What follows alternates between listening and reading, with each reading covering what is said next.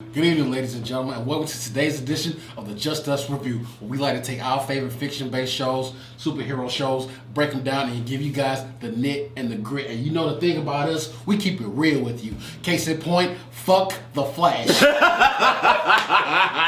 We are not reviewing that. What even is that show? Exactly. I made it up in my mind. It's a figment of my imagination. So let's get on to the real topic of today. Today, Black Lightning picked back up. They went on hiatus for like a week, but then they came right back. We're dealing with the aftermath of them going to rescue Dr. Lynn. So we're picking up with a couple of themes here. The show starts off and we see Lynn is trying to recover from her drug addiction.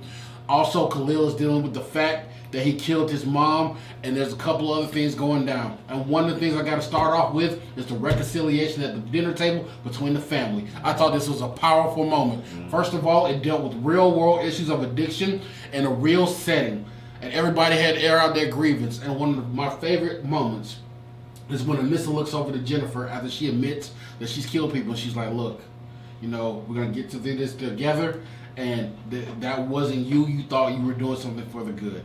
How did you guys feel about this episode? So I'll shoot first. That scene to me would have held up a little bit better if it wasn't for the fact that Anissa didn't come out and reveal that she was taking drug money and living her best life. I had the same She thought. was the only one that didn't reveal any real secrets. I was like, you've been hiding drug money inside of churches. And that's kind of dirty right there. You living in a 5-star apartment, you know, in the upside of town. And she been doing that since season 1. And she did not reveal that. Shame on you, Anissa. So now, with all this going on, Geo dude runs in to Dr. Chase, and he wants some comeback. First of all, I gotta say, homeboy, he overacts all of his scenes. He does. But beside the point. Jen just gonna let him she knows his mind state. She knows what he can do. She knows what he's capable of. And she didn't tell anybody first, hey, come his backup. Geodude might get off the hook, and I can't stop him. So that's a bigger piece of the Jen problem that I'm having with this episode. So we'll get to that. Let me say this know what? real fast. Go ahead. I get that, but on the other end of the spectrum, we just letting Dr. Chase walk around and be in unattended labs. But let me push back some. Who is Jennifer to stop anybody? After all the stuff that she's done, who is she to deny anybody their vengeance? I'm not gonna go take you to go kill her. She's still on that let's kill Odell train, though. Exactly. She is, but like I said, this is probably something I need to talk about when we get to what Christian is just Okay. But, you know, we're still seeing Lynn and all the stuff that she's going through and how hard it is to fight addiction. Like I said, one of the things I do love about the show is that they actually harbor on real messages and real things. Now, moving the goalpost down a little further, we see Lala come back to Lady Eve's spot talking about, you know what? You ain't got My velour suit is itching. And it costs a lot of money for me to stay in these Adidas tracksuits. I'm gonna have to raise your money by 5%. And Lady Eve was like, look here, bitch. I'm the one who started the program your bitch ass. As a matter of fact, she yells his secret words that go get a job, and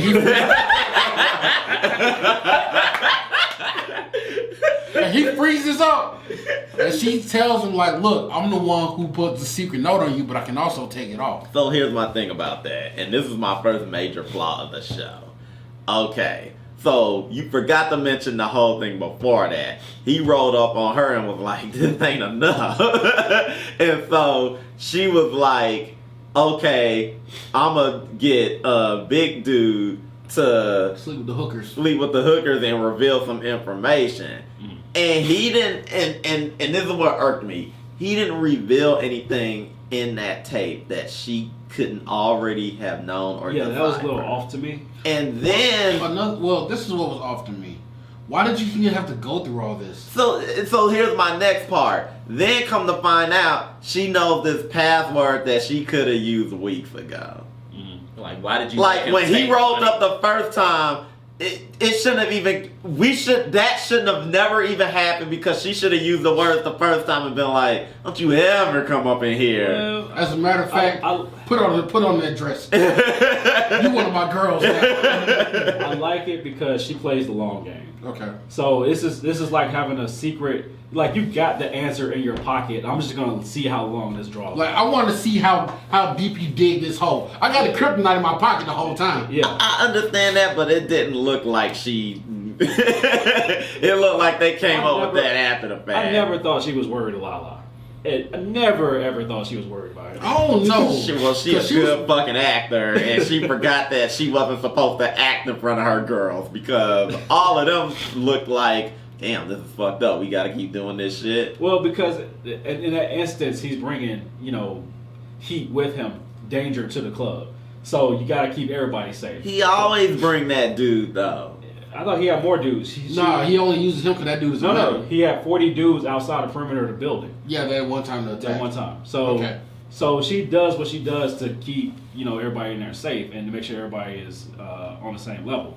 So that's why she made everybody leave the room, and then she pulled his whole card and made him tense up real quick after doing the secret word. I'll go with that, but let me move the goalpost a little further. So later in the beginning of the episode, we finally get an understanding of Gravedigger, and we get his whole backstory. First of all, original Captain America. Original Captain America. It was the first ever recorded metahuman. And that's now canon in the universe that he was the first meta. But I mean, the backstory, of course, it hit hard because of the content. They experimented on him on some old Tuskegee experiments, some Miss Ever Boys level stuff, and he became a mutant. He became a meta. And actually, this is why I like the story, because I'm kind of on the side of Gravedigger on this one, because it was like, you abuse me, you treat me less than human, you experiment on me, and then I'm I'm the successful candidate, and you still gonna treat me like shit, even though I fought for you in the war and everything. And he was like, why do I need to put up with America's bullshit when I can go to somewhere else where I'm treated better? Don't go where you're tolerated. Yeah. So now he's about to bring the pain, and he's calling this justice. Let's talk about the lead up to that story. Okay. We finally, I know we've seen what's inside the briefcase the entire time. It's been open before. We finally know what the briefcase does or what it contains. It's pretty much the Black Book. Yeah, sure. You're right. I'm just saying. I felt that was underwhelming. It was underwhelming. Yeah. Yeah, it records every metahuman in existence. Because my thing is this: what would Tobias do with that? Exactly. Like that seemed like a sharp turn. Well, here's the thing that I thought was weird. Going by revealing what it was, he already showed us what it was. Because didn't he pull the Masters of Disaster from that suitcase?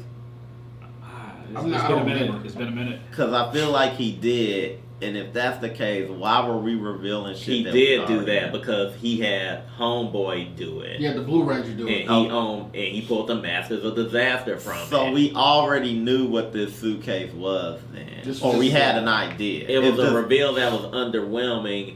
But also, I'm going to say this.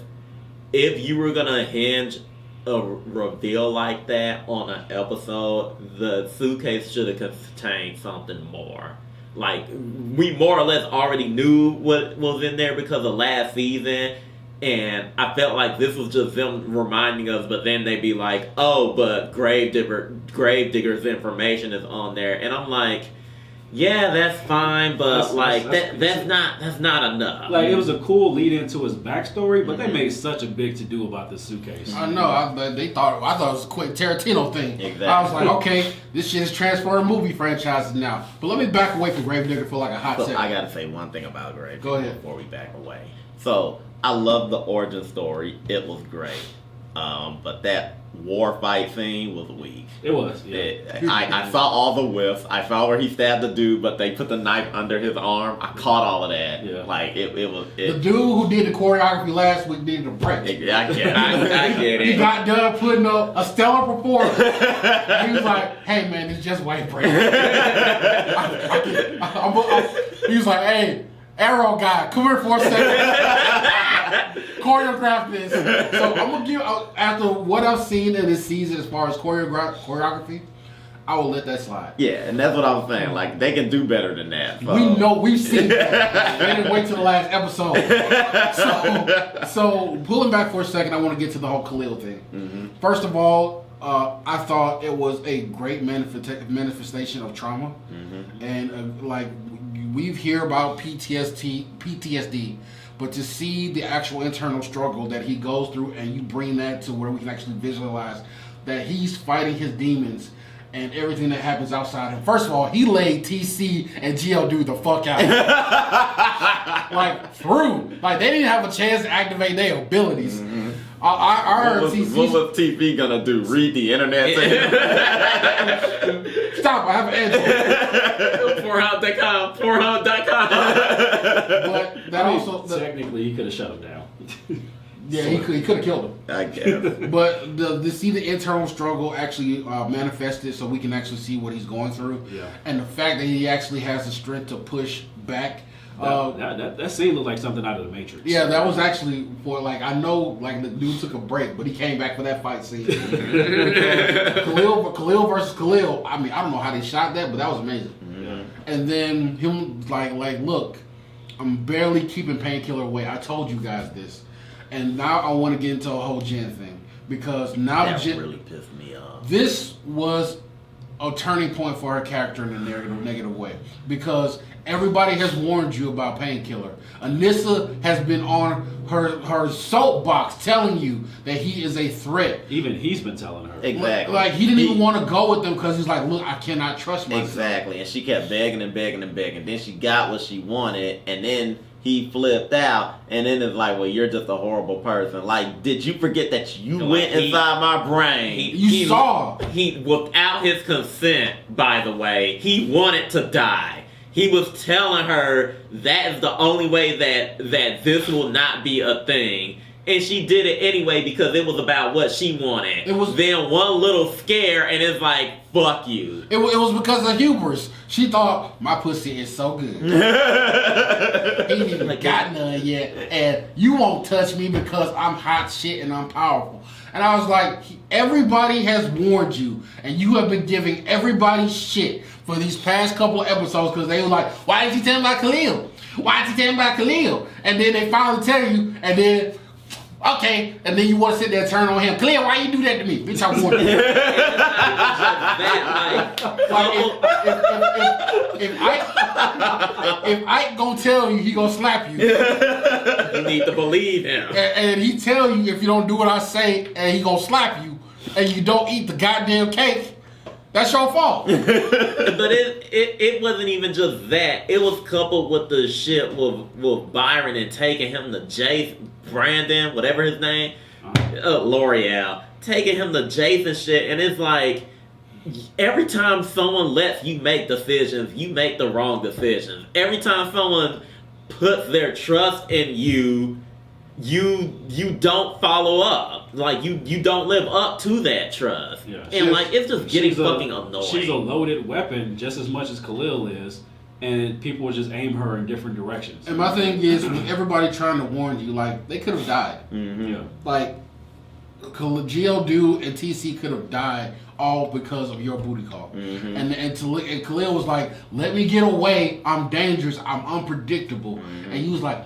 nah, because the power of love will keep you in check. And I was like, okay, whatever. Yeah. And let's be real, by rejecting him like that, now you've endangered anybody else he could come across and he can't control. Because Exactly. Because the chip just went off randomly. Now he's leaving and he's not around the one motherfucker that can fix him. What? A, B, plus Gabby was working on it. Here's the thing.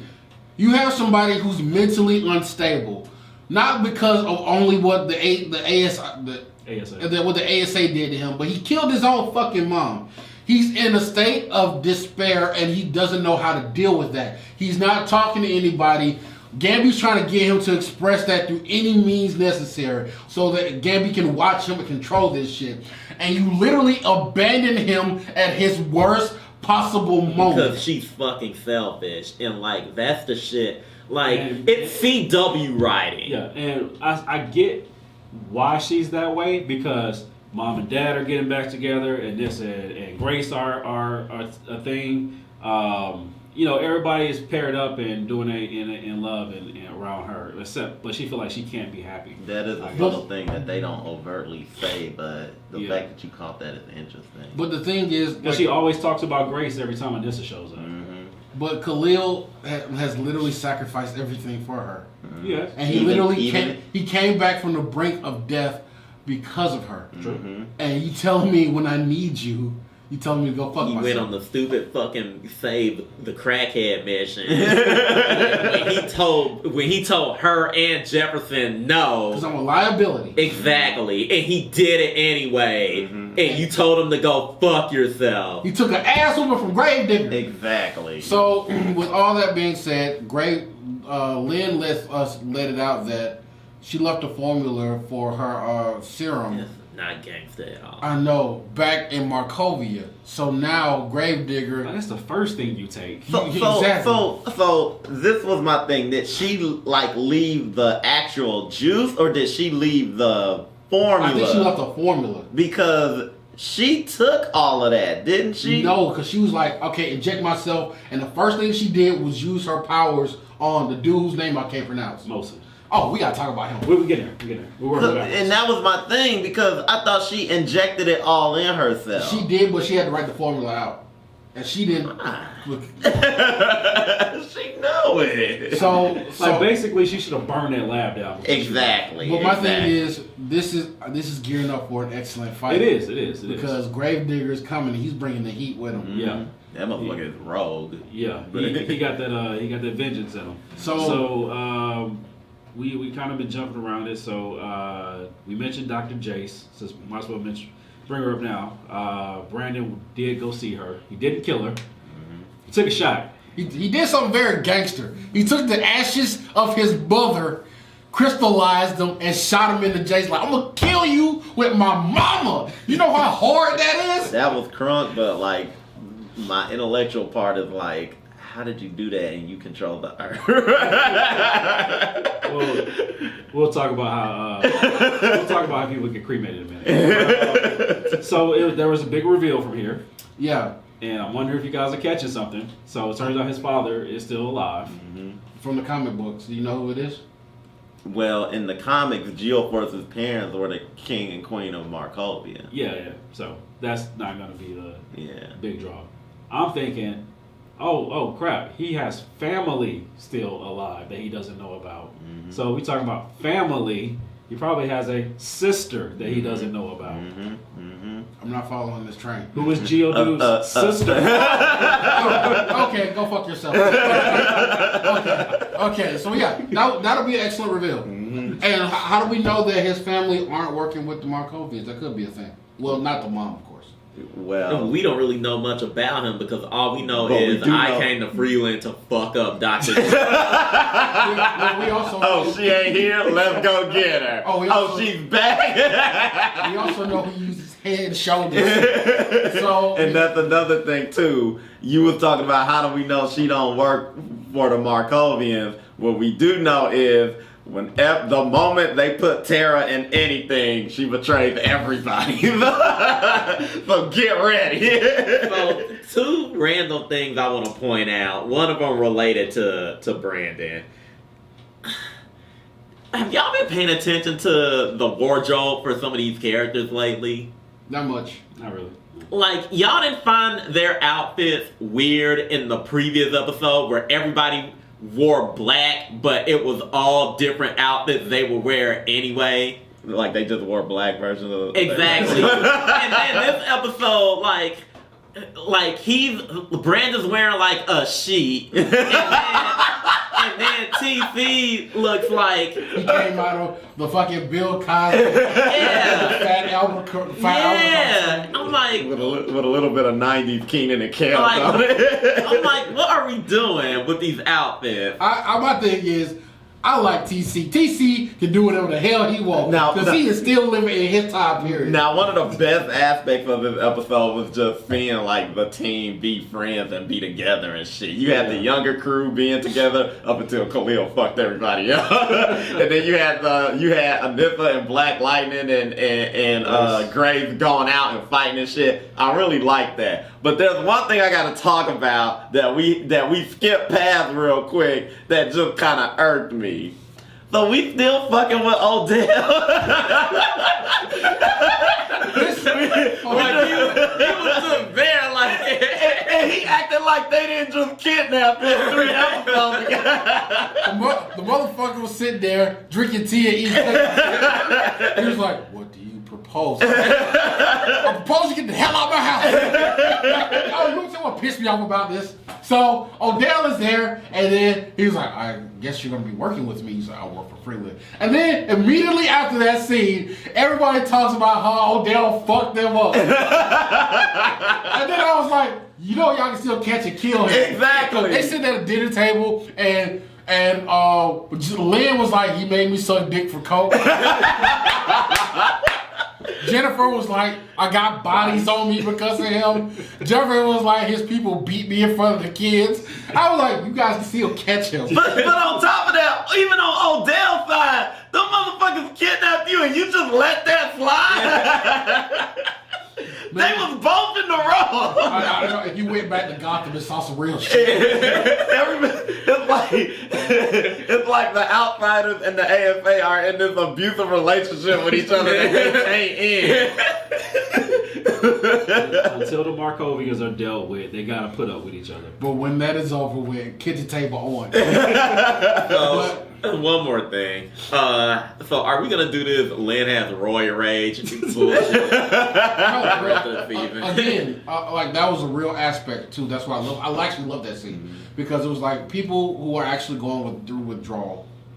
They're going through a bunch of things that it's like that they can't control, and that shows how powerful it is that she would actually snap against Anissa like that. And Anissa, who's also in the medical field, she knows about addiction, and it's breaking her that her mom has to go through this. But just as long, one thing, and they said this through the show too.